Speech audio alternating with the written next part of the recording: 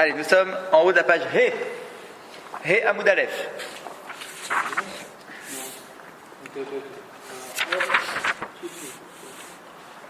On est toujours en train de justifier la façon dont Rav Oshaya et Rabbi Chia ont fait leur liste. Rav Oshaya avec sa liste de 13, Avot Nezikin, et Rabbi Chia avec sa liste de 24.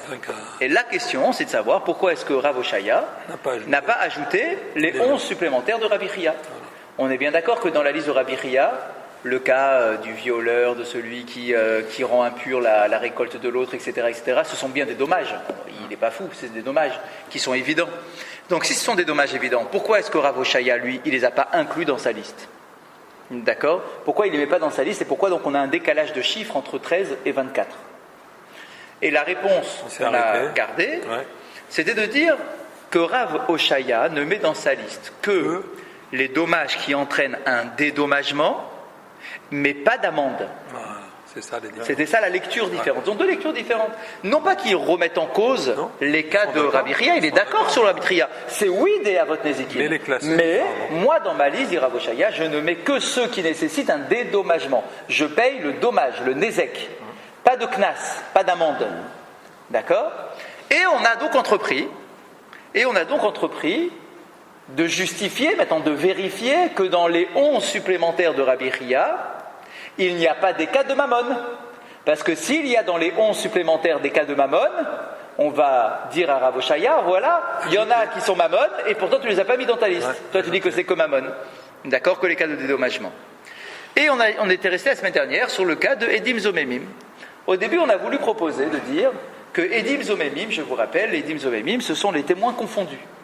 Des témoins confondus, c'est-à-dire qu'ils ont été témoignés sur quelqu'un qui a fait une avéra, qui a mangé du porc ou peu importe, et d'autres témoins sont venus dire au tribunal que les deux premiers témoins ne sont pas valables parce qu'ils étaient avec eux à une réception en dehors de France.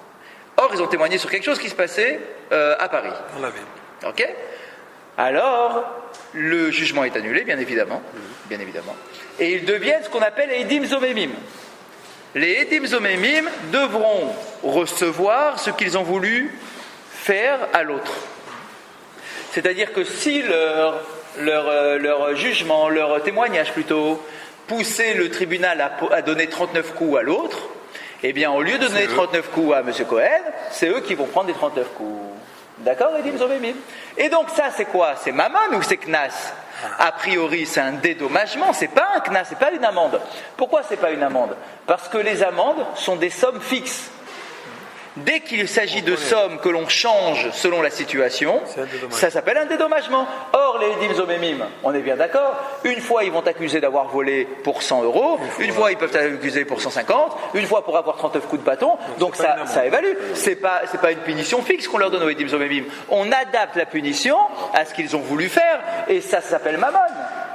Donc, on se retourne maintenant vers Rav Oshaya en disant Rav Oshaya, tu aurais dû l'inclure dans ta liste à toi, Edim Zomemim. Pourquoi c'est seulement dans la liste de Rabbi Chia? Rav Oshaya a répondu de la façon suivante, en disant moi, je pense comme Rabbi Akiva. Et alors, Rabbi Akiva a une opinion très surprenante de Edim Zomemim. On avait terminé comme ça la semaine dernière. Alors, Edim Zomemim, d'après Rabbi Akiva, ça s'appelle un knas. C'est une amende.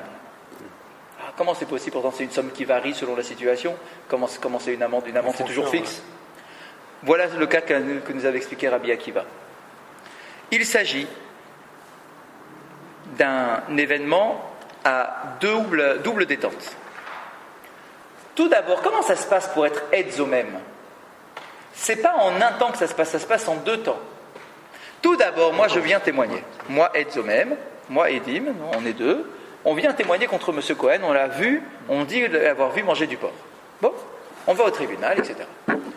Avant que le jugement ne soit rendu, voilà que deux nouveaux témoins arrivent pour dire que les deux premiers témoins ne sont pas bons, parce qu'ils étaient ailleurs, au moment où ils disent avoir vu la situation.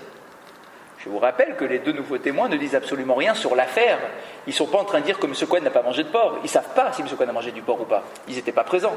Ils sont tout simplement en train de dire que les deux premiers témoins étaient ailleurs et donc ils n'ont pas pu témoigner quoi que ce soit sur M. Cohen. Comment ça se passe au Beth Din? Comment ça se passe? Ils annulent la procédure. Donc, il faut faire le dossier, annulation de procédure. On peut voir M. Cohen, on dit excusez-nous pour le dérangement, rentrez chez vous. On dit à tout le monde d'arrêter toute l'affaire, de tout mettre par écrit, etc., etc. Une fois que l'affaire est arrêtée et qu'on a dit à M. Cohen de retourner chez lui et qu'on arrête donc le jugement, c'est seulement dans un second temps qu'on va dire aux deux témoins là qui sont venus, les deux menteurs, les deux témoins confondus. On va leur dire, messieurs, vous êtes convoqués demain ou après-demain pour un jugement contre vous maintenant. Vous êtes des Edim Zomemim.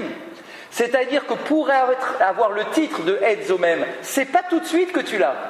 Tu l'as quand on fera un procès contre toi. Et ça peut prendre 1 ou 2 jours de faire le procès contre toi. Déjà, il faut classer le premier. Ensuite, on va te convoquer pour faire un nouveau jugement contre vous tous les deux. Donc, il y a un laps de temps entre l'arrêt du procès numéro 1 de M. Cohen et la mise en route du procès numéro 2 pour les Edim Zomemim. Il y a un laps de temps. Et alors, qu'est-ce qui s'est passé dans ce laps de temps? Les Edim, ils ont eu un coup d'angoisse. Ils se sont dit, on va se faire avoir par le tribunal. Ils ont été dans un autre tribunal. Et ils ont été avoués qu'ils ont menti. Alors que l'autre tribunal n'est pas au courant de l'affaire, du tout. Ils arrivent et vont dire, messieurs les juges, on est désolé, on veut faire teshuva. On a été dans un autre tribunal et on a dit du mal sur M. Cohen. On a dit quelque chose qu'on n'a pas vu. Alors le tribunal, le deuxième, d'après Rabbi Akiva, le tribunal va dire aux deux témoins, messieurs, puisque vous faites teshuva, et que, ils ne savent pas, et que vous n'allez pas aller plus loin dans votre accusation contre M. Cohen, ils ne savent pas, eux, le tribunal, qu'ils ont été confondus. Ils disent aux deux témoins, messieurs, rentrez chez vous. Vous avez fait teshuva, bravo, félicitations, continuez sur cette voie, continuez à progresser, rentrez chez vous. Ce que je ne comprends pas quand même dans cette logique-là, oui. Il y a 2 choses. Le premier point, c'est que si je suis dans le tribunal, je reçois des gens comme ça. Écoutez, vous allez dans le tribunal dans lequel vous avez fait votre je suis désolé, non, mais surtout à l'époque où il n'y avait pas d'Internet, pas de truc, pas de suivi de dossier, etc. Ou alors, non. Vous avez raison, c'est très surprenant comme loi. Très surprenant.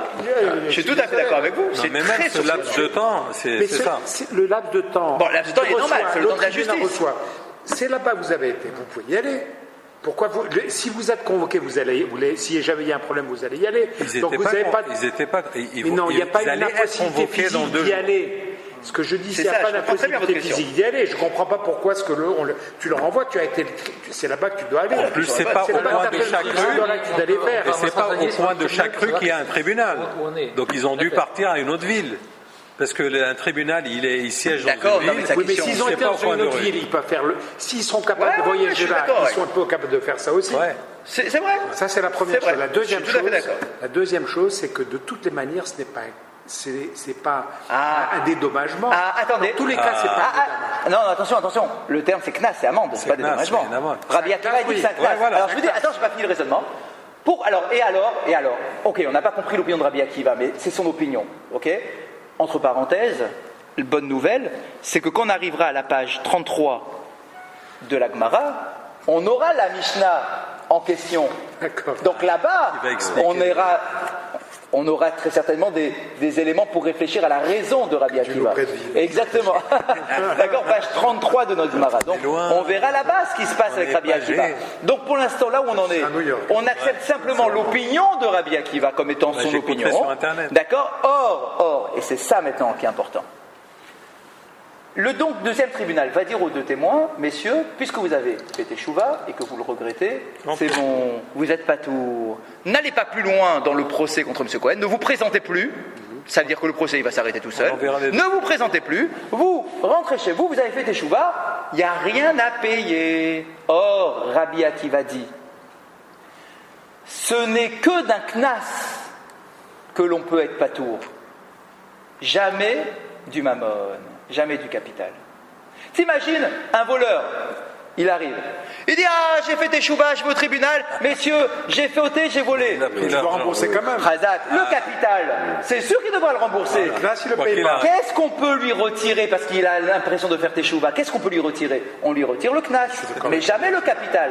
Donc Rabbi Akiva dit, puisque c'est un cas dans lequel on va dire aux deux témoins, messieurs, rentrez chez vous, vous n'avez rien à payer, ça sous-entend que c'est forcément un knas et pas un mammon. Oui. Donc, Rabbi Oshaya termine son raisonnement en disant « Et moi, dans ma liste, je ne mets pas de knas, je mets que des cas de mammon. C'est pour ça que je n'ai pas enseigné l'opinion de Edim Zomemim dans ma liste à moi des 13. » Rabbi Chia, lui, qui considère qu'il met dans sa liste les knas, eh ben, il le met. Et pourquoi? Parce que pour lui, c'est un knas, effectivement. Et le knas, ça rentre dans la liste de Rabbi Chia. Dans la liste de Rabbi Chia, il y a des knas. Donc on apprend un chidouche ici extrêmement important. Quoi? Sur le fait de rajouter le knas, on pensait que c'était juste le dédommagement. Pour Rav Oshaya ou pour Rabbi Chia?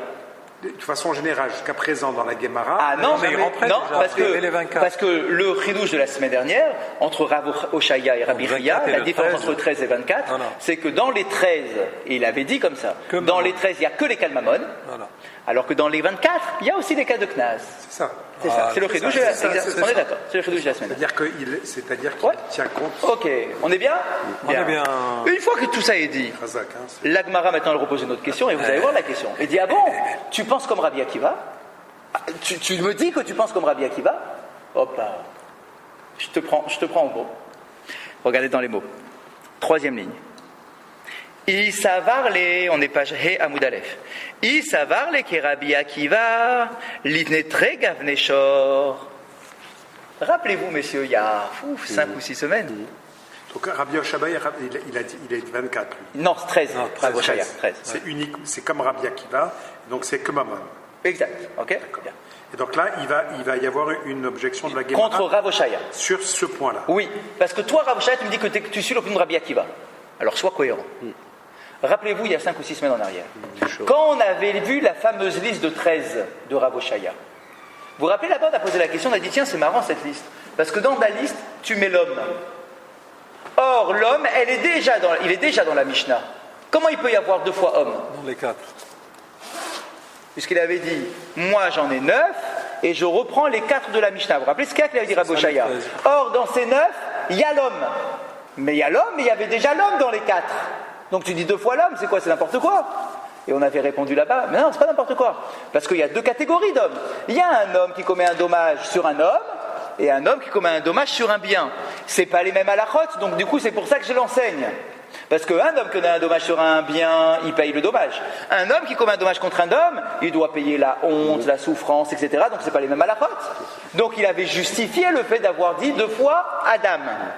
Et là-bas, on lui avait dit, ah bah alors si c'est comme ça, dis 2 fois taureau aussi, un taureau contre un taureau et un taureau contre un homme. Et il avait dit, ah bah non, je ne mets pas 2 fois taureau, parce que les taureaux contre un taureau ou taureau contre homme, c'est la même halakha. Pourquoi tu veux que je le mette 2 fois? Il n'y a rien qui change, dans les halakhot c'est les mêmes. Mais là maintenant la Gemara elle rebondit. Elle dit, ah tu te rappelles ce que tu m'as dit la dernière fois? Mais ça ne marche plus, parce que si tu penses comme Rabbi Akiva il considère qu'il y a 2 sortes de taureaux. Donc soit tu es cohérent et tu penses comme Rabbi Akiva jusqu'au bout et tu me dis 2 fois taureau, soit tu me dis que tu ne penses pas comme Rabbi Akiva et j'admets que tu me dis qu'une fois taureau, mais tu n'es pas cohérent. Alors où est-ce qu'on voit que c'est quoi l'histoire des 2 taureaux? Dans le Hagmara. Litne shor de azikadam. J'ai sauté une ligne. Litne tregavne shor. Donc tu devrais enseigner 2 sortes de taureaux. Litne shor de azik shor, mais litne shor de azikadam. Tu devrais enseigner un taureau qui encorne, enfin qui endommage un taureau, et un taureau qui endommage un homme. Ditnan, Rabbi Akiva Omer.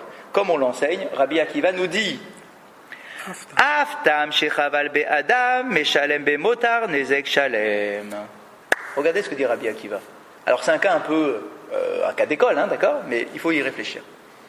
Que se passe-t-il si un homme et un taureau qui est âme, c'est-à-dire qui n'est pas encore considéré comme étant violent, se percutent l'un l'autre? C'est-à-dire c'est pas le taureau qui est rentré dans l'homme. Il y a eu un accident, je ne sais pas comment ils s'y ont pris, mais les 2 se sont rentrés l'un dans l'autre et les 2 se sont endommagés. L'un a endommagé l'autre. Tort partagé. Ah, alors, tort partagé, je veux bien, mais peut-être que les sommes des dommages ne sont pas identiques. Qu'est-ce qui risque d'arriver si c'est un taureau et un homme il y a de grandes chances que les dommages causés à l'homme soient plus importants que les dommages causés au taureau. T'imagines, toi, qu'est-ce que tu vas lui faire au taureau, d'accord? Tu lui as rentré dedans.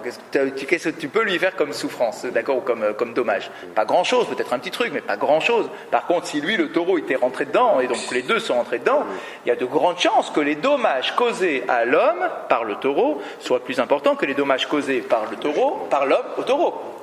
D'accord? Alors, c'est quoi la halakha dans ce cas-là? Qu'est-ce qu'on fait? J'ai pas compris la question. Donc, on a compris, les deux s'entrechoquent. Ils sont rentrés dedans. D'accord. L'homme aussi est un peu fautif. Il y a un homme et un taureau tam. Et chacun blesse l'autre. Chacun blesse l'autre. Ah ouais, ouais, c'est possible ou pas? Si, pourquoi c'est pas possible? Ouais, ça, tac, il marche à toute allure, l'autre taureau il avançait, et alors moi je suis tombé sur le taureau, je lui ai crevé un œil, et l'autre par contre, le taureau il m'est rentré dedans, il m'a cassé un bras. Vous n'êtes pas dans une Ferrari ou dans un camion? Ouais, d'accord. Vous êtes à pied? Non. Tu vois, je tenais un objet, d'accord, c'est un cas. C'est pas violent. C'est pas violent. Chaque cas, pour chaque cas, il y a un dommage qu'on va. Oui. Voir. Puis après, on fait. S'il y en a un qui doit avoir ça, l'autre qui doit avoir ça, celui qui a le plus, enfin, on va déduire après. Bah, exactement, c'est ce que dit Rabbi Akiva. Qu'est-ce qu'il dit Rabbi Akiva? Et c'est effectivement très logique. Qu'est-ce qu'il dit Rabbi Akiva? Si les deux se sont endommagés, d'accord, quels que soient les cas d'école, si les deux se sont endommagés, qu'est-ce qu'on va faire comme calcul? On ne va pas demander à l'homme de payer le taureau et ensuite au taureau de payer l'homme. On ne va pas faire l'aller-retour. On va faire un calcul. L'homme, il a encorné le taureau, enfin il a abîmé le taureau pour 50 pièces. Par contre, le taureau, lui, il a abîmé l'homme pour 200 pièces. D'accord? Donc, qu'est-ce qu'on va faire? On va faire la différence, 150. Ok? Et c'est tout. On va payer la différence. Meshalem bemotar. Il va payer la différence. Ça paraît logique. Bien. Mais la différence en question, il la paye entièrement ou en partie? Ou à crédit? Non, pas à crédit. Entièrement ou en partie? Ah oui, en partie. Entièrement ou en partie? La différence. Hein? Eh bien, c'est la question que je vous pose. Pourquoi en partie? Parce que le taureau, il est tam. C'est quoi la halakha pour un taureau tam? Il paye Khatsinezek, il paye la moitié du dommage.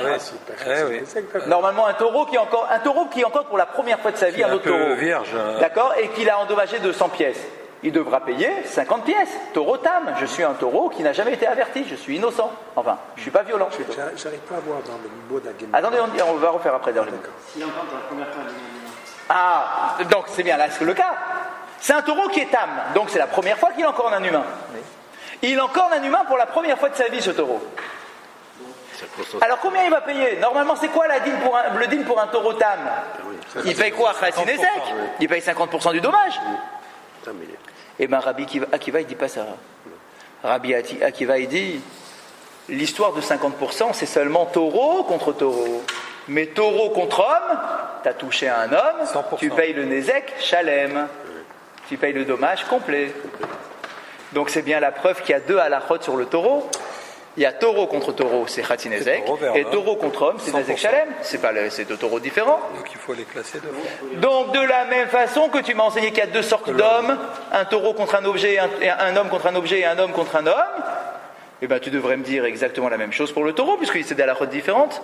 Donc toi, Rav Oshaya, qui est en train de me dire que pour Edim Zomemim, tu as suivi l'opinion de Rabbi Akiva, tu devrais aussi suivre l'opinion de Rabbi Akiva à propos des hommes, et donc des taureaux, et me dire deux fois taureau. Or tu le fais pas. Tu m'as enseigné qu'une seule fois taureau. Donc tu n'es pas cohérent. Je suis curieux. Dans les mots. Dans les mots, parce que je n'arrive pas à trouver le cas que vous avez supposé. Alors regardez. On reprend dans la troisième ligne, début de la ligne. Isavar qui est Rabbi Akiva. Donc si effectivement tu penses comme Rabbi Akiva, c'est ce que tu me dis. Si tu penses comme Rabbi Akiva, litne tregavne shor, tu devrais m'enseigner deux catégories de taureaux. Toi, dans ta liste des 13, tu devrais m'enseigner deux catégories de taureaux. Litne shor de azik shor, ve litne shor de azik adam. Tu devrais m'enseigner le cas d'un taureau qui endommage un taureau et le cas d'un taureau qui endommage un homme. Ditnan, comme l'enseigne Rabbi Akiva. Ditnan Rabbi Akiva, comme on l'enseigne dans une Mishnah au nom de Rabbi Akiva. Rabbi Akiva Omer, Rabbi Akiva dit. Alors, c'est ici votre phrase. Aftam shechaval be'adam, meshalem be'motar nezek shalem. Donc, un taureau qui est tam, qui n'a jamais encore né, shechaval be'adam, qui a endommagé un homme, meshalem be'motar, il devra payer la différence, puisqu'on a dit où c'est un cas qui est sous-entendu, où l'homme lui aussi a causé un dommage au taureau, c'est pour ça be'motar, la différence, sinon on ne comprendrait pas en quoi il y a une différence. Donc il doit payer la différence de nezek shalem, en payant la totalité de la différence. Pourtant c'est un tam, le tam il devrait payer que chatzi nezek. Dit Rabbi Akiva, il paye Khatsi Nezek quand il encorne un autre taureau. Mais quand il encorne un homme, il paye Nezek Shalem. C'est juste l'opinion de Rabbi Akiva. C'est l'opinion de Rabbi Akiva. Juste l'opinion de Rabbi Akiva. Mais toi, Rav Oshaya, maintenant tu viens de me dire, à propos de Edim Zomemi, que tu suis Rabbi Akiva. Ok, d'accord, allez, on suit l'opinion de Rabbi Akiva. Mais alors sois cohérent, jusqu'au bout. Parce que tu n'as pas le droit de prendre Rabbi Akiva sur ce qui t'intéresse. Tu n'as pas le droit de prendre Rabbi Akiva sur le cas de Edim Zomemi, d'accord, et pas sur le cas des taureaux. Il faut être cohérent. D'accord, donc si tu prends Rabbi Akiva, tu dois me dire 2 fois taureau. Or, dans ta liste des 13, il n'y a pas 2 fois taureau, il n'y a qu'une seule fois taureau. Pourquoi il est obligé de prendre Rabbi Akiva dans les 2 cas? Parce que c'est le même sujet, c'est des Nezakim. Tu n'as pas le droit, sur un même sujet, d'être d'accord sur Rabbi Akiva sur un point et d'être contre. Tu n'as pas le droit.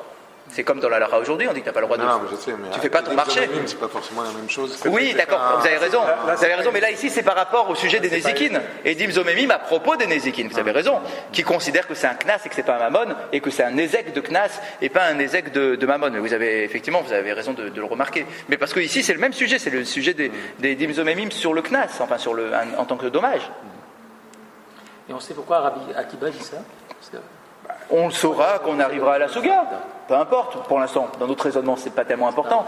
Quand on arrivera à l'opinion officielle là-bas, dans la Mishnah de Rabbi Akiva, alors on creusera pourquoi Rabbi Akiva dit ça. Mais en tout cas, il dit ça. Tu peux pas dire le contraire. Il le dit, c'est dans une Mishnah. D'accord? Donc, toi, Rav Oshaya, t'es pas cohérent. Oui. Bon, c'est juste, la pratique, c'est que dans cette Mishnah qu'on va voir plus tard, oui, il y a ce cas dans lequel l'un se rend dans l'autre. Mais à la limite, on n'a pas besoin de cette subtilité. Chazak. Mais ce cas-là, comme il a été exprimé par Rabbi Akiva, les autres cas ne sont pas exprimés. Mais celui-là, il est clairement exprimé. Et il dit Mota Nezek Shalem.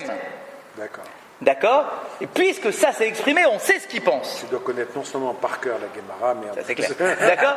Donc on sait ce qu'il pense. Si maintenant, effectivement, il n'y a pas de cas clair, simple, d'un taureau qui encorne un homme, sur lequel Rabbi Akiva dit il paye le Nezek Shalem. Il ne s'est pas exprimé dans ce contexte-là, dans cet exemple. Il s'est exprimé dans un exemple où les deux se rentrent dedans et que chacun commet un dommage à l'autre. Mais concrètement, ça revient au même. Ça revient au même. Ça veut dire que c'est le taureau qui fait plus de dommages à l'homme que l'homme au taureau. Donc du coup, c'est comme si c'était un cas normal d'un taureau qui encorne un homme. Et là, bien qu'il soit tam, tu payes le Nezek Shalem. C'est l'opinion de Rabbi Akiva. Question? Non, j'ai juste pas compris le cas cité par Rabbi Akiva, c'est 2 taureaux qui s'encornent. Non, un taureau et un homme. Un taureau et un homme qui dans s'encornent mutuellement. Il compare un taureau et un homme. Oui, non, mais dans la Mishnah là, d'accord? Oui, c'est ça. Non, il ne le fait pas là. Dans la Mishnah complète, oui, il compare tout. Mais là, dans la partie qu'on a rapportée nous, c'est juste un homme et un taureau qui s'entrechoquent. L'homme a blessé le taureau, je ne sais pas comment, mais il l'a blessé. Mais le taureau a aussi blessé l'homme, et bien plus que ce qu'a fait l'homme au taureau. La différence dont on parle, c'est quoi? C'est quoi la différence? C'est la différence de prix entre les Nézikines. L'homme, il a fait un petit dommage de 20 € sur le taureau, il lui a fait un peu mal, alors que le taureau, il a encorné l'homme, il a cassé un bras. Donc, qu'est-ce qu'on paye? La différence entre le prix du dommage que l'homme a causé au taureau, moins, enfin plutôt dans l'autre sens, le prix que le dommage que le taureau a causé à l'homme, moins le dommage que l'homme a causé au taureau. C'est ça la différence. C'est un cas hybride, alors C'est un cas quoi? Hybride, c'est-à-dire que les deux se blessent. Ce qu'on n'avait pas vu jusqu'à présent, c'est-à-dire. Exactement, c'est pour ça que, bah oui, effectivement. Donc c'est nouveau. C'est un nouveau cas de raisonnement, bien sûr. J'ai l'impression, mais ça, sur cette Mishnah, c'est que Rabbi Akiva, il peut le dire. Parce que si c'était le cas où c'était l'homme qui avait blessé plus le taureau. Comment c'est possible? Bon, non. Et allez, imaginons. Voilà, on est imaginons. Alors du coup, l'homme il paye. C'est sûr qu'il paye complet. C'est sûr parce que l'homme il est toujours. C'est pour ça que le reverse a commencé. Dans ce cas-là, tu vas payer complet, pas dans l'autre. Parce qu'un homme qui commet un dommage sur un taureau, c'est toujours Nezek Shalem. Ben oui. Toujours. Oui, mais c'est ce que je suis en train de dire. Mais dans le cas où il y a partage des responsabilités, oui. Si jamais l'homme doit payer la différence, parce qu'il a blessé plus que l'autre, d'accord. Alors il va payer. Alors, tu dis comme ça pour l'homme, mais si c'était l'autre cas, tu dois avoir une situation qui soit symétrique. Oui, bien sûr, mais pourquoi on n'a pas rapporté ce cas? Parce que ne nous intéresse pas pour avoir une preuve contre Rav Oshaya. Non, je ne parle pas de... Là, j'ai compris. D'accord, mais juste là-bas, en tant qu'exemple... C'est comme ça pour justifier Rabbi Akiva. J'ai compris. D'accord. Donc, Rav Oshaya, tu n'es pas cohérent. Bien sûr qu'il va répondre. Tu crois qu'il va rester comme ça? Ah, t'as vrai Rabbi Akiva l'exige. Rav Oshaya va nous dire, ne me rapporte pas cet exemple. Alors là, surtout pas cet exemple. Parce que sur cet exemple-là, même Rabbi Akiva a changé d'opinion. Il a changé d'avis. Lui-même a mis un bémol à sa règle. Laquelle? Lui ou le bémol? Je sais pas. Détania Rabbi Akiva, parce que je t'enseigne dans une braïta qui n'est pas dans la Mishnah, c'est vrai, mais c'est un autre enseignement du nom de Rabbi Akiva aussi. Détania Rabbi Akiva Omer. Yachol aftav shechaval be'adam yishalem mina aliyah, Talmud lomar ya'aselo migufo meshalem ve'eno meshalem mina aliyah. Regardez le raisonnement qu'il va faire Rav Oshaya. Il pose une question Rabbi Akiva. Il dit, dis-moi, dans un cas où le dommage coûte plus cher que le prix du taureau, est-ce que c'est possible qu'on exige au propriétaire de payer pour un dommage plus que le prix de son propre taureau qui a commis le dommage? Est-ce qu'on peut avoir un cas pareil? Est-ce que c'est admissible d'un point de vue du raisonnement pur, bien que le taureau qui a commis le dommage il coûte 50, imagine il a éclaté l'homme, et donc du coup le dommage il est énorme. C'est 1000. Est-ce que tu peux imaginer qu'alors que le taureau qui a commis un dommage il coûte que 50, que le propriétaire du taureau il doit payer 300? Khazak te rappelle de ça? Vas-y. Rabbi Akiva il dit c'est pas possible. C'est à hauteur du prix du taureau endommageur. Le pourquoi, la question est très bonne. Mais on peut pas répondre. On n'a pas la réponse qui nous satisfait complètement. Ouais. Mais en fait, il y a deux idées possibles. On vient forcément protéger quelqu'un dans l'histoire. Qui on protège? C'est la question. Et il y a un principe de marloquette. Meshalem migufo ou Meshalem ina aliyah. Lorsque ton taureau commet un dommage, certains disent le prix du dommage sera limité à hauteur du prix du taureau pour protéger le propriétaire du taureau qui est en dommage. Pourquoi? Parce que peut-être que, dis-moi, s'il a un taureau misérable, c'est peut-être qu'il n'a pas les moyens d'avoir un meilleur taureau que celui-là. Donc comment tu peux lui demander de payer 3 000 € alors que le seul truc qu'il a, c'est un taureau de 50?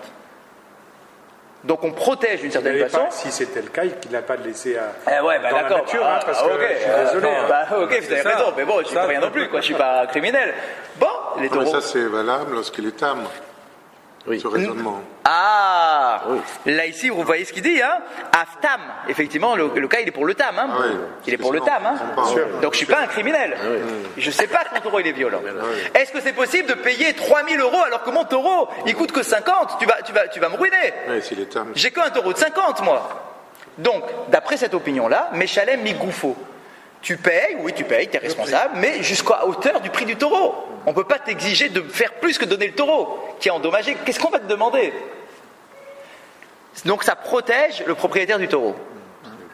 Mais d'un autre côté, peut-être que celui qu'il faut protéger, c'est celui qui a été endommagé. En lui disant, mais dis-moi, ou l'homme ou l'autre taureau. Dis-moi, mais moi, le taureau que tu m'as endommagé là avec ton truc pourri.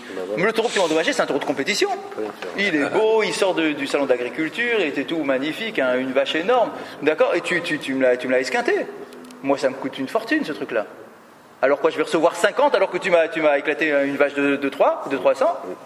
C'est pas juste. Donc, certains vont nous dire, Meshalem mina aliyah. Tu devras payer quel que soit le prix. Le pauvre propriétaire. Ouais, d'accord, mais l'autre propriétaire aussi. Donc, on a deux visions possibles, c'est une marloquette. Est-ce qu'on prend en considération le propriétaire du taureau qui est endommagé, ou bien on prend en considération le propriétaire du taureau qui est endommagé? Et les deux peuvent se tenir d'un point de vue logique, mais ils peuvent aussi être attaqués d'un point de vue logique. Parce que peut-être que ton taureau qui est endommagé, il coûte que 50. mais qui me dit que dans ta ferme, tu n'as pas 300 taureaux qui sont magnifiques. Donc peut-être que tu as l'argent, qui me dit que tu n'as pas d'argent. Tu n'es pas un pauvre, tu as plein de taureaux. Il s'avère que celui qui est coupable maintenant, c'est un tout petit chétif. D'accord, mais il y avait des magnifiques dans ta ferme. Donc peut-être que tu es un riche propriétaire. C'est pourquoi on rentre à ce moment-là dans ce raisonnement. Normalement, on devrait lui dire le prix, c'est ça. Ouais. Et s'il peut payer. Et après, on va faire des lois pour savoir celui qui peut payer, celui qui va payer l'amende. Mais pourquoi on prend en considération les moyens de Non, parce que, en fait, alors, l'origine de la marloquette, c'est justement le point de départ du raisonnement. C'est pas parce que si tu dois payer 3 000, alors tu devras payer 3 000, je suis désolé. On va prendre tes trucs, tes biens, on va te bloquer ton argent, on va faire en sorte que tu payes 3 000. Or, d'après cette chita, d'après cette opinion, non, tu ne dois pas payer 3 000, tu dois payer que le prix de ton taureau, maximum.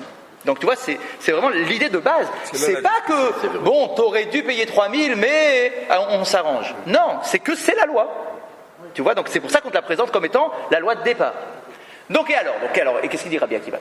Rabbi Akiva nous dit, donc c'est l'opinion de Rabbi Akiva, un taureau tam, qui encorne un autre taureau, et qui doit payer, la question qui est posée par Rabbi Akiva, à laquelle il répond lui-même, il dit, est-ce qu'il va payer jusqu'au prix du taureau qu'il a endommagé? Non, migoufo, parce qu'il fait une déduction, une dracha du verset, Yahaselo, tu lui feras. Voilà la dracha qu'il fait, c'est sa dracha. Yahaselo migoufo. Tu lui feras selon sa valeur à lui. À lui, exactement, lui le taureau qui encorne. Donc il a bien mis un bémol. D'un côté il te dit tu payes le prix Shalem, tu payes le Nezek Shalem. Ouais d'accord, Nezek Shalem à hauteur du prix du taureau. Donc en réalité c'est pas vraiment Nezek Shalem. Ça va plus ressembler à un Khatsi Nezek qu'à un Nezek Shalem. J'ai perdu le fil là. Oui. Perdu, c'est qu'on a. Ouais, c'est dans la paracha cette semaine. On a comparé. Moshe essaie de se dédouaner par rapport à l'opinion de Rabbi Akiva. C'est ça? Oui, mais en disant que Rabbi Akiva lui-même, il a mis un bémol à sa règle. Allez-y, Michel. Je n'ai pas compris. On a comparé tout à l'heure. On a dit que tu aurais dû parler du taureau aussi bien que tu as parlé 2 fois des hommes. Tu aurais dû parler 2 fois taureau. Parce que Rabbi Akiva pense qu'il y a 2 fois taureau. Parce qu'il y a 2 fois taureau. Mais les 2 fois taureau, la question se pose par rapport à un autre taureau ou par rapport à un homme? Les deux, justement. Dans les 2 cas. Les deux. Tu as un taureau contre un taureau. Là, il paye Khatsi Nezek. Un taureau contre un taureau serait Khatsi Nezek. Un taureau contre homme, d'après Rabbi Akiva, dans la Mishnah en tout cas, il paye la totalité du prix. Donc on compare taureau contre taureau contre homme. Bien. Alors ce que je ne comprends pas, c'est quel exemple qu'on nous donne ici, c'est taureau contre taureau. Non, Tam Shechaval Ba'adam, c'est un taureau contre un homme. Regardez la phrase de Rabbi Akiva. Des Tanya Rabbi Akiva Omer. Rabbi Akiva enseigne dans une braïta. Yachol Aftam Shechaval Be'adam. Un tam qui paye contre un homme. Mais encore, je ne comprends pas pourquoi il va pas. C'est clair que il ne rentre pas dans le cadre de Khatsi Nezek. Oui. Mais il va rentrer dans le cadre de Goufo. Ce qui n'est pas pareil que Khatsi Nezek. Oui, c'est vrai, mais c'est pas non plus Nezek Shalem.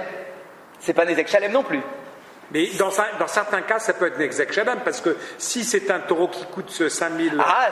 alors ça peut l'être. C'est vrai, ça peut l'être si le prix du dommage est équivalent au prix du taureau, c'est vrai, ça peut l'être. Ça peut l'être. Mais sur le principe, il a dit, en fait, Nezek Shalem, si c'était vraiment Nezek Shalem à 1000%, c'est quel que soit le prix, Mina Aliyah. On rentre dans une autre catégorie, c'est pas... C'est une nouvelle catégorie.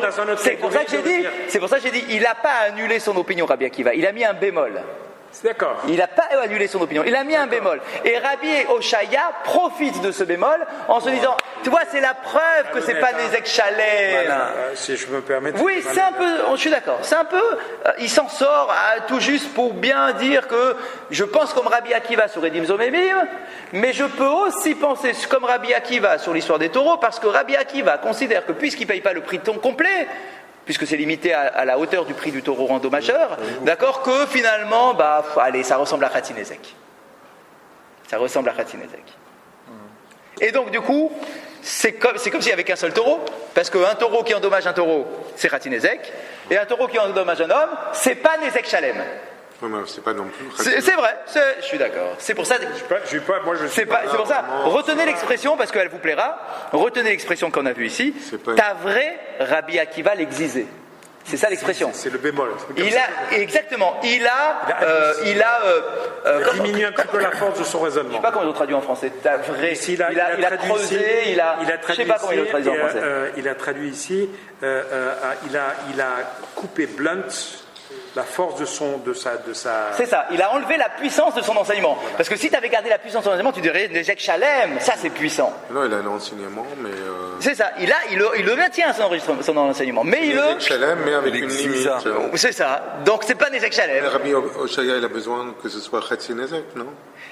Ouais, et en tout cas, il a besoin que ce soit pas Nezek Shalem. Il a besoin que ce soit pas Nezek Shalem. Mais vous avez raison, je suis d'accord avec vous. Je suis d'accord. C'est un peu tiré par les cheveux. Je suis d'accord. Normalement, oui. Alors comment il s'en sort? Il s'en sort que c'est pas Nezek Shalem. Mais vous avez raison. Comment il dit? Émoussé. Voilà. Émoussé. Il a émoussé son enseignement, c'est ça qu'il dit? Émoussé. La force de sa règle. Ça veut dire qu'il a mis un bémol. Il a mis un bémol. Ok, mais je suis d'accord que c'est un peu Dochak pour Rabbi Akiva. Oui. Alors vous avez vu le pasouk, hein, il t'a pris un pasouk qui t'a coupé en plein milieu, il te dit quoi? Ya'aselo, c'est tout ce qu'il a pris. Hein. Ya'aselo, tu lui feras. Ya'aselo, tu lui feras migoufo, le lui là, l'eau selon sa valeur intrinsèque. Et pas quelle que soit sa valeur. D'accord, la valeur du dommage en tout cas. Bien. Bon, ok.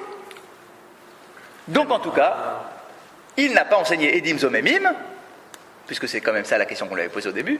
Je n'enseigne pas à dire à Voshaya, je n'enseigne pas Edim Zomemim, parce que pour moi, Edim Zomemim c'est un knas et pas un mamon. Ok, avec tout ce qu'on a creusé avec en parallèle. Bien, on avance. Ha-ones ve'amefate ve'amotzi shemra de'mamonahu. Alors la Gemara maintenant, elle continue son analyse. On est d'accord, hein? Qu'est-ce qu'on a fait depuis la dernière fois? On fait toujours la même chose. C'est que toi t'en as 13, l'autre il en a 24. Je veux comprendre pourquoi tu n'acceptes pas d'intégrer dans ta liste des 13 quelques-uns des 24. Tu m'as dit parce que moi je m'occupe que de mammon, donc que des dédommagements et pas des amendes. Donc on a essayé, alors on dit ah ouais c'est vrai, alors Edim Zomemim, c'est mammon? Non, c'est knas. Ok. Là, maintenant il y en a d'autres qui ressemblent à mammon et qui ne sont pas knas. Et pourtant tu les as pas enseignés. Lequel? Le violeur. Améfaté, le séducteur. Ve'amotzi shemra, celui qui dit du mal de son épouse. Je vous rappelle que c'est celui qui, après la nuit de noces, va se plaindre au tribunal en disant moi j'ai payé le papa de ma femme en pensant que ma femme était Betula, qu'elle était vierge, et il s'avère qu'elle n'était pas vierge. Donc je viens au Beidin me plaindre pour qu'on me rembourse la différence entre le prix que d'habitude on donne à un papa, pour le prix d'une jeune fille qui est vierge, et le prix pour qui n'est pas. Je veux la différence. Attention, on ne dit pas forcément qu'il veut divorcer, etc. Hein. Non, mais il veut la différence. Il veut gagner un peu d'argent. Mais il s'avère que ce monsieur a menti. Il est moti shemra, il fait du lachonara sur sa femme. Il a menti, c'était pas vrai, elle était vierge. Pour l'argent. D'accord. Ça commence mal le mariage. Oui, c'est sûr, c'est pas très bien parti. Hein. Ça va mal tourner, c'est clair. Mais en tout cas, il a menti. Donc on est bien d'accord que c'est une source de dommage. J'ai commis un dommage sur ma femme. Premièrement, j'ai dit du mal d'elle au tribunal, mais il faut bien comprendre qu'en fait ça a fait sortir une réputation sur la femme en question de filles de mauvaises mœurs. D'accord, pourquoi? Parce que bien évidemment que lui il a mis les formes. C'est-à-dire que le lendemain de la nuit de noces, il a crié sur tous les toits à ses amis, aux voisins, ah je me suis fait avoir, etc. Et les copains disent oh là là c'est incroyable ce qui s'est passé, va au Beddin, va au tribunal te plaindre. Et il a pris le drap sur lequel ils ont dormi, etc. Donc c'est un truc lourd. Donc c'est bien un dommage. Bon, le violeur c'est un dommage. Le séducteur. Donc c'est quoi le séducteur? Il n'a pas violenté la jeune fille pour avoir une relation avec elle. Il a séduit, mais il n'a pas voulu se marier avec elle. C'était pas dans le cadre d'un mariage. D'accord? Donc concrètement, sur le marché des shidduchim, cette jeune fille maintenant, elle est plus vierge, elle aura moins de valeur. D'accord? Les barourim vont dire on veut pas. D'accord? Donc, bah ouais, dans le Zohar on nous dit que c'est pas la même chose. Donc, on étudie Kiddushin, je peux te dire, il ne parle pas comme ça dans Kiddushin. Donc, ici, c'est quoi alors? C'est Mammon ou c'est Knas? Qu'est-ce qui paye l'homme en question là, le violeur? Parce qu'il doit payer quelque chose, ok? C'est un knas ou c'est un mammon? A priori, c'est un... Qu'est-ce qu'elle dit la Torah sur le violeur? On en parle dans la Torah. Qu'est-ce qu'il dit? En principe, il doit épouser la femme. Ça, ok, si elle est d'accord, attention. Si elle est d'accord. Ok. D'accord, mais il y a un truc à payer. Il y a quand même quelque chose à payer quand même. Hein. Il y a un knas, il y a quelque chose à payer.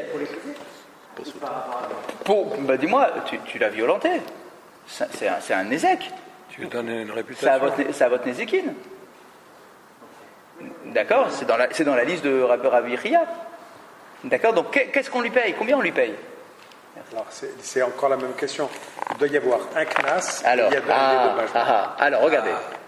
Là, quand tu prends le passouk de la Torah. Non, mais je suis pas c'est pour ça qu'il l'a pris, parce qu'il a pris uniquement, il a tenu compte que du dédommagement, peut-être pas du knas. Alors, on y va. Une seconde.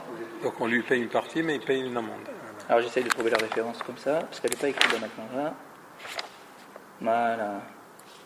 Voilà. C'est cette semaine? Non, c'est dans Kitetse. Ah oui. Alors.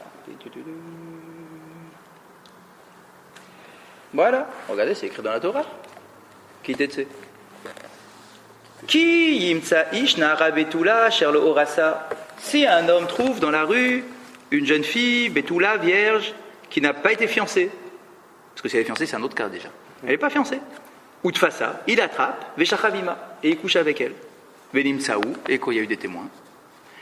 Et donc c'est un viol. Venatan aish ashoreveima la avi anara chamishim kasef. Ah, ça, mais chamishim kasef, ça ne peut pas être un dédommagement. La Torah dit, tu devras payer au père de la jeune fille, parce que ça veut pas que ça marchait à l'époque, tu devais payer 50 pièces. 50 shekels tu devais payer. C'est le prix du dommage, du viol.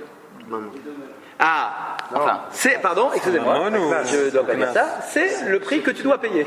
C'est le prix que tu dois payer, 50 pièces. L'otiye leisha tachad asherina lo yuchal shelecha kol yamav. Et donc à l'époque de la Torah, on disait, et le violeur devra se marier avec cette jeune fille. Pourquoi? Alors c'était pas un truc. Alors c'est vrai qu'à notre époque ça nous paraît complètement fou. D'accord, mais pourquoi à l'époque on disait ça? Si elle en était d'accord. Pourquoi? Parce qu'une jeune fille qui était violée, elle allait avoir beaucoup de mal maintenant à se remarier.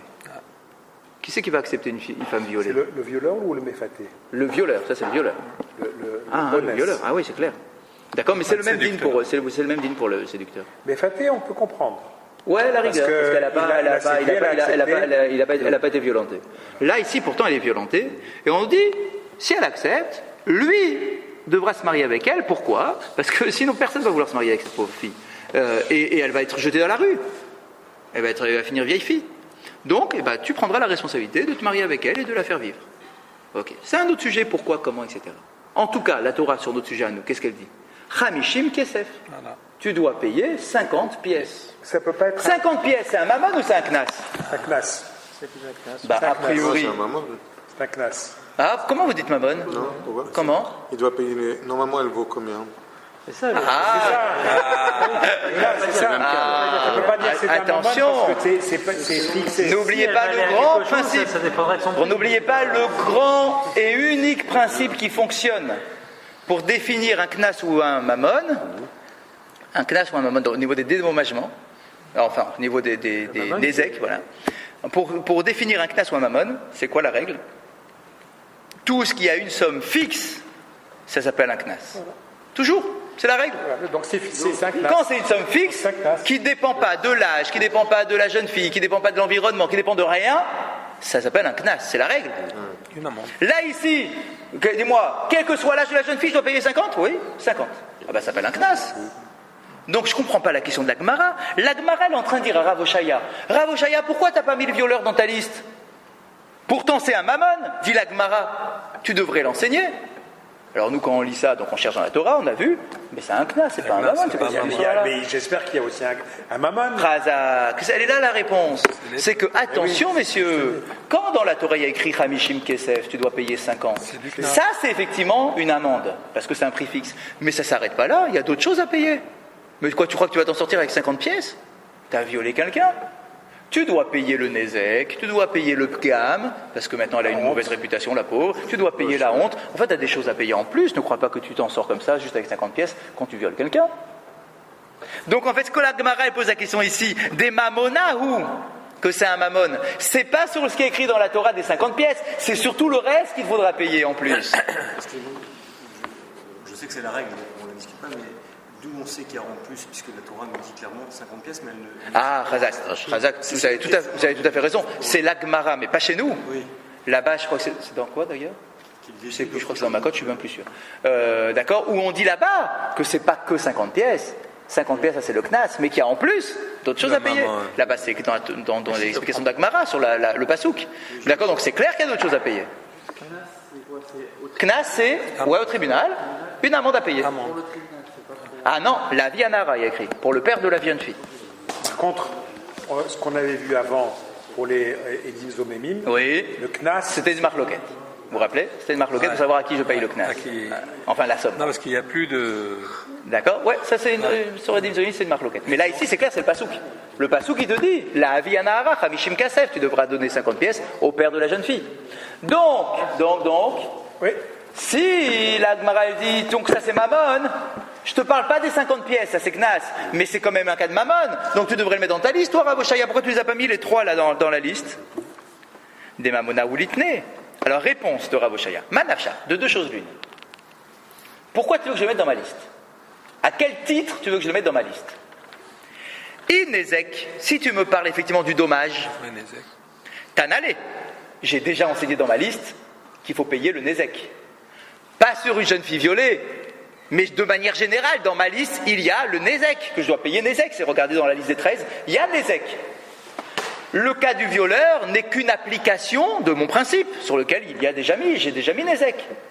Donc, à quel titre tu veux que je le rajoute ? Au titre de Nézek, j'ai déjà écrit que tu dois payer un Nézek. Pas seulement pour la fille violée, pour tous les cas de Nézek. Itzahar, si c'est pour la souffrance, Tanalé. J'ai déjà mis la souffrance dans ma liste. Ibochet, si c'est la honte, Tanalé. Je l'ai déjà enseigné. Ipgam, si c'est pour le Pgam, c'est-à-dire que la jeune fille maintenant elle est Pagoum, elle est comment on va dire en français, elle est abîmée. Ouais, d'accord, elle est abîmée, donc il nous dit, Aïnou Nézek, ça s'appelle un Nézek ça en fait. Comment il l'appelait ? Pagoum, Pgam. D'accord, il a déjà mis dans bah oui, que Pgam. Bah non, parce que Pgam c'est quoi ? C'est Nézek. C'est quoi un Pagoum ? C'est quelque chose qui a eu un Nézek. Je comprends pas. C'est quelque chose qui est entamé. J'ai pas rappelé plus de la liste. Oui. C'était le mot Nézek. Oui, bien sûr qu'il a le mot Nézek dans sa liste. C'est sûr. Et il a Pochette et il a Tsahar. Donc il dit, je les ai déjà les principes, je les ai déjà mis. Toi tu me parles du violeur, mais le violeur. Mais il dit, je suis pas contre le violeur de le mettre dans la liste. Mais il est déjà inclus dans mes principes. Je ne vais pas commencer à détailler tous les autres cas où il y a un Nézek. J'ai mis un principe. Donc le violeur, c'est une déduction du principe que j'ai déjà mis dans mes 13. Aïnou Nézek. Et donc le Pgam, c'est Nézek. Ma'idlar les mémar. Alors pourquoi je devrais le rajouter ? Qu'est-ce qui manque ? Il manque le Knas de 50. Or le Knas, moi je ne le mets pas dans ma liste. Mais Rabbi Chia le met, c'est pour ça que lui, Rabbi Chia, il a enseigné le violeur. Pas pour Nézek et le reste, il a enseigné le violeur pour le Knas. Et moi, le Knas, je ne l'aimais pas, c'est pas ma lecture. Dans le cas de celui qui fait Motsé Shemra, ouais. Qu'est-ce qui se passe dans ce cas-là ? Ah, très bonne remarque. Rachid. Oui. Inversement, on peut dire que, je me rappelle, Rafrina ou... Rabbi Chia, pourquoi il ne considère pas aussi que c'est un... Il ne s'attache pas dans la mesure où il y a Nézek et Knas, oui. Pourquoi il ne considère pas que c'est le Nézek finalement qui est important ici, donc il est déjà enseigné non, parce que lui, Rabbi Chia, il veut t'enseigner tous les cas où il y a les deux. Ah oui, les deux aussi. Et ouais. Et non, il veut enseigner les cas où il y a les deux. Et donc il te dit, le violeur, il y a les deux. Ouais. Alors, Michel, vous avez une très bonne question. Oui, parce que... Il a dit, c'est quoi le din pour le Motzi Shemra, celui qui dit du mal de sa femme ? C'est quoi le din ? Dans la Torah, on nous dit, il doit payer 100. 100 pièces. C'est pas 50, c'est 100. D'accord, il le paye à sa femme ? Il doit payer, toujours pareil, au père de la jeune fille. Et il n'est jamais marié avec elle. Il reste avec elle, il va payer au père. Ouais, ça. C'est ça. C'est comme ça que ça marche. C'est comme ça que ça marche. Exactement. C'est-à-dire que le Pgam, finalement, Ou c'est le père qui le prend? Bah oui, parce que la fille, la pauvre, elle a été assistée par son mari, c'est le père qui le prend. C'est vrai, bon, on est quand même dans un système de l'époque. Comme le père a déjà payé. C'est le père qui prenait la responsabilité. Parce que tu imagines la honte. Au mariage, le père a payé déjà au mari. Donc là, il récupère. Ouais. Mais même sans rentrer là-dedans, tu imagines la honte du père. Qui a perdu sa réputation aux yeux de tous. Tu as accusé ma fille d'être mal de fréquenter des mauvaises personnes. C'est clair, d'accord. Il faut comprendre les cas de l'époque. Il faut comprendre les cas d'époque. Ok. Donc, regardez Rashi. Il est en face, mais un peu plus bas. Il est un peu plus bas. Vous avez un Rashi qui commence par Ones Umfate des Mamonahu. Rashi reprend la question de la Gemara. Vous l'avez? Ones Umfate. C'est un Rashi qui est au deuxième mot de la ligne. Ones Umfate des Mamonahu. Le violeur et le séducteur, tu devrais les enseigner parce que c'est des cas de Mammon. Chez Hamishim Kesef Levad avec Nas. Mais les 50 pièces, c'est un Knas. Aval Yeshbo Bgam. Mais il y a aussi un Bgam, c'est-à-dire un Ezek. Chez Shavé Arshav, Pachot. Parce que maintenant la jeune fille, elle coûte moins. Ah, c'est dans Ktuvot. Ou Bochet des Mamonahu, et à cause aussi du Bochet. Vous avez pu remarquer que Rashi n'a mis dans son Diboura Matril que les deux premiers, il n'a pas mis le troisième. Il a mis le violeur, le séducteur, et il a sauté le troisième. Pourquoi il n'a pas sauté? Dans la phrase de la Gemara, il y a le troisième. Oui, le mari est là. Pourquoi il n'y a pas le troisième? Et pourquoi il n'y a pas celui qui dit du mal de sa femme? Il n'est pas là. Parce que, c'est pas notre sujet, mais sachez-le, parce que, à propos du Motzi Shemra, il ne doit payer que 100, c'est tout. Il n'y a pas de Nézek, il n'y a pas de Bgam, il n'y a rien d'autre. Alors, si c'est le donc ça ne pouvait pas imaginer que ce soit Mammon. Ah, alors pourquoi la Gemara elle a dit? Parce que ces trois-là, on les cite toujours ensemble. C'est une façon de parler. Quand on commence ils sont toujours ensemble les trois. Groupe. C'est un petit groupe de trois qui sont toujours ensemble. Dans ce cas-là, c'est une façon de parler, on a mis les trois, mais en réalité on voulait parler des deux. Rabbi Chia, c'est pour ça que Rachid t'as mis que les deux, t'as pas mis le troisième. Mais Rabbi Chia, il en parle, Rabbi Chia. Oui, mais seulement en façon de parler. Et là c'est qu'un Knas, il n'y a pas de Mammon. Dans Motzi Shemra, il n'y a pas de Mammon. Tout le monde est d'accord qu'il n'y a pas de Mammon. Et Rabbi Oshaya, il n'en parle pas du tout. Chazak, exactement. Non, parce que parce que tu payes un Knas de lui avoir fait honte. D'accord, d'avoir fait une mauvaise réputation sur elle, mais tu l'as pas violentée, ta relation elle est autorisée, c'est ta femme, tu as une relation autorisée, elle n'a pas eu de souffrance, elle n'a pas été... Tu vois ce que je veux dire? Donc il n'y a pas de quoi payer un Pgam, si ce n'est sa réputation, mais ça c'est un Knas, tu payes 100. D'accord? Donc, on l'a enseigné avec les deux premiers, mais en réalité au niveau du raisonnement, ça marche que sur les deux premiers, pas sur le troisième. Mais c'est fréquent ça par contre, ça c'est très fréquent dans l'Allemagne. Oui, bien sûr. Enfin, je sais pas. En tout cas, dans notre cas, oui. Là, ici, il n'y a pas eu d'atteinte physique. D'accord, il y a eu que une réputation qui a été un peu cassée. Non, le Bochette, c'est pas une intégrité, c'est pas l'intégrité. C'est vrai aussi, c'est vrai. D'accord, mais là, en tout cas, sur le Motzi Shemra, sachez-le que c'est que 100 à payer et c'est tout. Il n'y a pas de mammon, c'est connu. Ok. Donc, Rav Oshaya, il s'en sort. C'est pour ça que je ne les enseigne pas, dit-il. Parce que tous les autres principes sont déjà enseignés dans mon enseignement et ça vient les couvrir. On avance encore un petit peu. Ok, d'accord, on te laisse passer pour cela.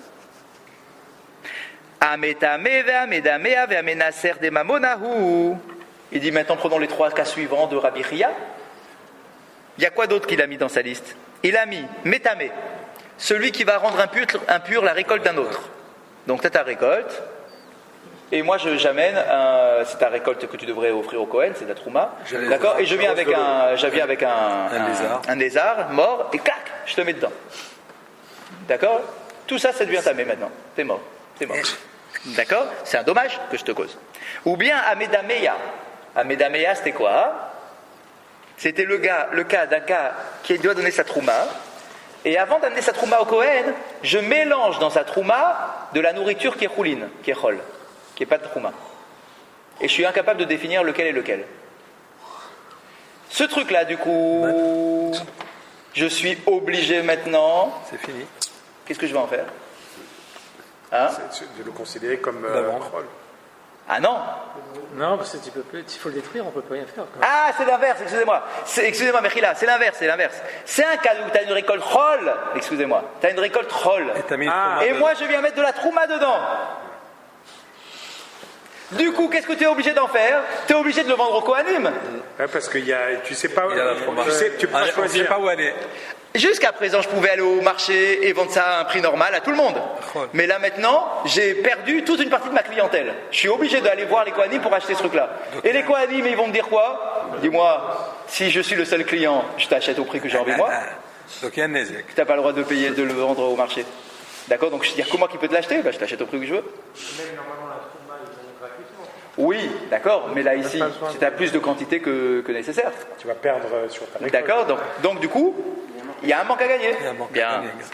Et le troisième, c'est le ménasser, celui qui prend ton vin et qui le verse devant une idole. Ouais. D'accord, sans le gaspiller, il le remet dans un autre bidon. D'accord, le simple fait de verser ton vin devant une idole, ça s'appelle Yaïn Nesser. D'accord, et ton vin, il est mort. Pourtant, je te le rends, je te rends le bidon. Mais il a été versé devant une idole et donc il devient pas saoul. Bon, ces trois-là, c'est quoi? C'est Knas ou c'est Mammon? Dit l'Agmara. A priori, c'est Mammon. Combien je te paye? Je te paye le Nézek, non? Je te paye le prix du dommage. C'est un dédommagement, c'est pas une amende ce truc-là. Je vais te payer le prix du vin. S'il y avait 10 litres, je te paye 10 litres. S'il y avait 20 litres, je te paye 20 litres. De la farine. D'accord, c'est pas une somme fixe que je te paye. Donc, tu devrais les enseigner dans ta liste, Rav Oshaya, puisque c'est Mammon. C'est toujours un Nézek, il peut toujours dire c'est un Nézek. L'itné, donc tu devrais l'enseigner. Il répond Manafchar, de deux choses l'une. I ezek shenonikar shman ezek, hadanale nezek. I ezek shenonikar lo shmen ezek, avale knasa, ubi knasa lo kamaire. Alors là, il va nous rapporter une marloquette sur laquelle on va réfléchir la semaine prochaine. Voilà le sujet de la marloquette, pour rester sur une question. Est-ce qu'un Nézek qui n'est pas visible, c'est un Nézek? Est-ce qu'un dommage qui n'est pas visible, ça s'appelle un dommage? Parce qu'on considère tout ce qui est Tahor et Toum'a, on ne voit rien. J'ai pris ton vin, je l'ai versé devant une idole. D'accord? Je te redonne ton vin, la même quantité, tout pareil. C'est pas visible comme Nézek. Je l'ai pas jeté. D'accord? Le vin, il est là, pareil. J'ai pas craché dedans, c'est le même. On ne peut plus rien en faire. D'accord? Donc la question qui est posée, c'est une marloquette. Est-ce qu'un Nézek qui n'est pas reconnaissable, qui n'est pas reconnaissable, est-ce que ça s'appelle un Nézek? Eh bien, sachez que c'est une marloquette. C'est une marloquette. Attendez, il n'est pas reconnaissable par un tiers, mais par vous, oui. Par qui? Par personne, il est reconnaissable. Physiquement, c'est le même. C'est le même vin, tout pareil. Personne ne sait qu'elle a assisté, non? Oui, oui, forcément, parce que sinon tu le bois ton vin, en fait, personne ne va savoir. Donc il y a bien eu des témoins qui ont dit oh là là, ce vin il a été versé devant une idole, ça c'est séculaire. Mais il n'empêche que le vin, quand tu l'analyses, tu analyses le vin, c'est le même vin.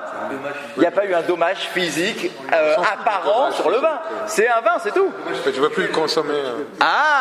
Donc la question qui est posée, et donc c'est une vraie marloquette, c'est une vraie marloquette. Certains disent que. Il n'y a pas de dommage. Il y a un oui, dommage, il ne peut plus le consommer. Non. Que tu aies un dommage. Attends, une seconde. Que dit l'Agmara? C'est comme si, excusez-moi, c'est comme si on considère qu'il y a un Nézek sur un taureau et qu'il y a eu un coup, ça l'a rendu, par exemple, où ça a rendu l'homme sourd, ou ça a rendu... C'est visible ça. Ça c'est visible, il y a eu un dommage. Juste moral, par exemple. Il y a un vrai dommage, c'est un dommage. Alors c'est vrai qu'il n'est pas visible comme ça de prime abord, mais si je fais une analyse médicale, je vois que tu ne peux plus écouter, tu ne peux plus entendre. Donc ça c'est visible. C'est encore pire. Là ici, qu'est-ce qu'on nous dit? Donc écoutez juste les deux éléments de la marloquette, écoutez ça. Donc c'est une marloquette. Donc de deux choses l'une, dit Rav Oshaya.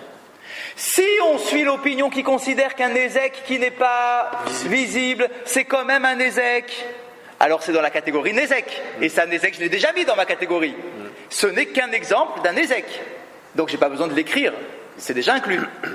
Si tu considères que c'est pas un Nézek, mais pourtant je vais pas pouvoir boire que c'est pas un Nézek, que quand il n'est pas visible, alors mais pourtant je peux pas boire mon vin, j'ai bien perdu quelque chose ici. Quoi, on me paye rien? Bien sûr qu'on te paye quelque chose.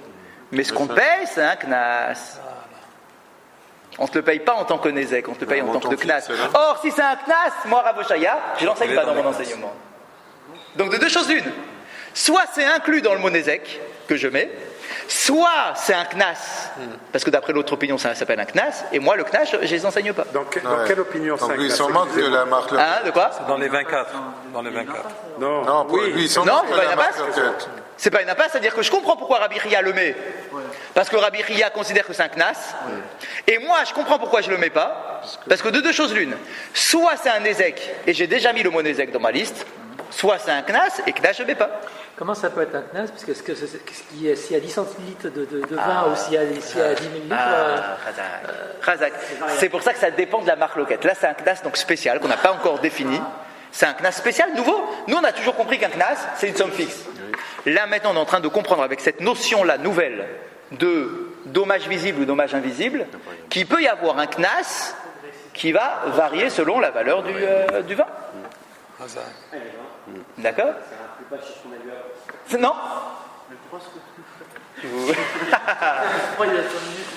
Quoi? Ah, parce qu'on est obligé de suivre la Gemara au rythme où elle nous la présente. Parce que pour l'instant, on n'avait pas encore vu l'histoire jusqu'à présent d'un knas invisible. Ça, c'est la première fois qu'on parle d'un knas invisible, d'un dommage invisible. Donc, je ne pouvais pas vous parler déjà du dommage invisible quand on parlait d'un truc où il y avait un dommage physique. D'accord? Donc maintenant, si Dieu veut, on réfléchira avec un nouvel élément entre les mains. Hazak Obaro, Ribi Hanania, Ben Akasha Omer, Hatzakadosh Baruch Hu les Zakot d'Israël. Quelqu'un a besoin d'un Kaddish? Oui. Ribi Hanania Ben Akasha Omer, Hatzakadosh Baruch Hu les Israël, Ficha, Rirbalahem, Torah Mizot Shenem.